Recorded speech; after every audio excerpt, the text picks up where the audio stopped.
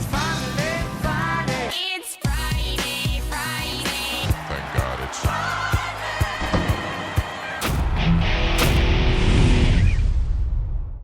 Welcome back to the Friday Show, presented by DRF Bets. I'm Scott Jagow, along with Ray Paulick. Coming up, Ray, an unfortunate situation in Northern California. But first, the Triple Crown is over. You can exhale. Maybe some disappointment after last year. How could it not be disappointing? Because you had American Pharoah making history.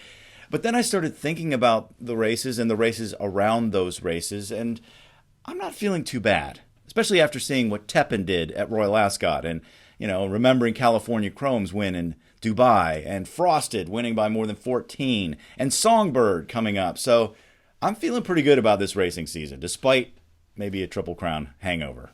Well, Nyquist was a very deserving Kentucky Derby winner, exaggerator, was great in the Preakness, creator, won the Test of the Champion. There were 3 good races. These weren't the kind of races that capture the attention of the sporting public. They wanted to see something spectacular happen.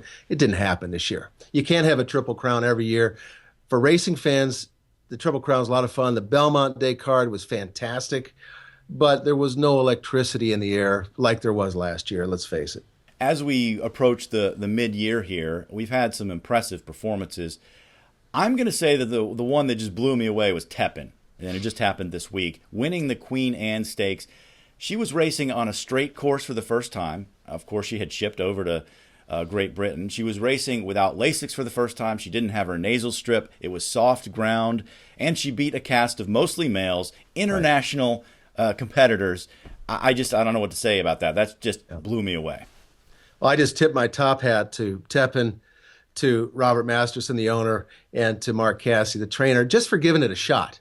And then the performance that she turned in was just out of this world. I'm going to say that that's my favorite performance of the year so far. How about you? Well, even though the field for the Met Mile was pretty weak, I was just blown away by what Frosted did. Just to draw off like he did in hand, that was spectacular to me. And we can't forget about California Chrome as well, winning the Dubai World Cup.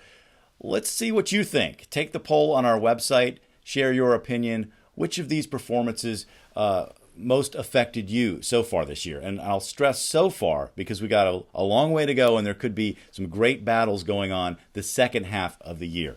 But let's move on. Golden Ocean has the last victory of the season. She has it by a length. So that was how the meet ended last Sunday at Golden Gate Fields. This was the final leg of a jackpot pick 6, and it had, the carryover had gotten it to $4.5 million by the time the sequence started.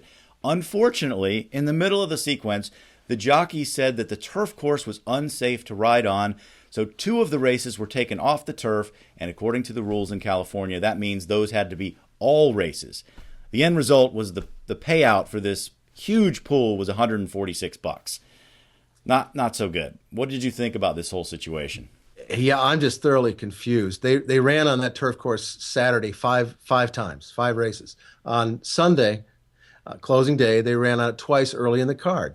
And then all of a sudden, after all those races, the jockeys declared, they could have declared it as soon as the second turf race was run, but they waited until after the betting closed for the pick 6, and the jockey said it's unsafe. So there was no rain.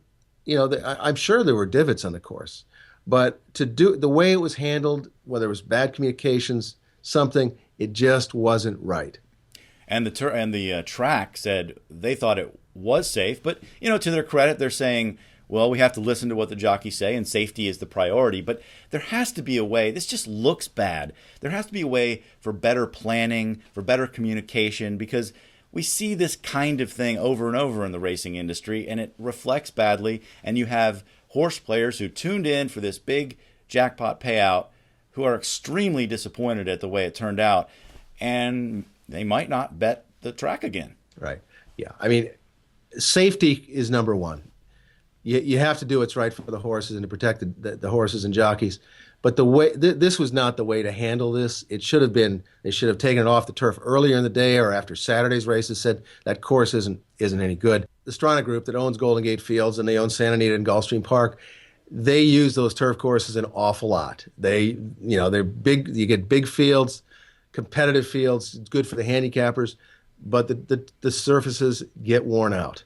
And maybe this track shouldn't have been run on, but we're all in this together. The horse players are, the jockeys, track management. We need each other. We need to do a better job of communicating. This whole situation just stunk as far as I'm concerned. And just again, when you have a mandatory payout, you just have to know that something bad might happen because it's one day and then that's it. You have no other opportunity. Yeah. So you have to kind of think ahead and prepare your expectations, I guess. Yeah. All right, that's going to do it for this edition of the Friday Show presented by DRF Bets. Thanks so much for joining us, and we'll see you next time.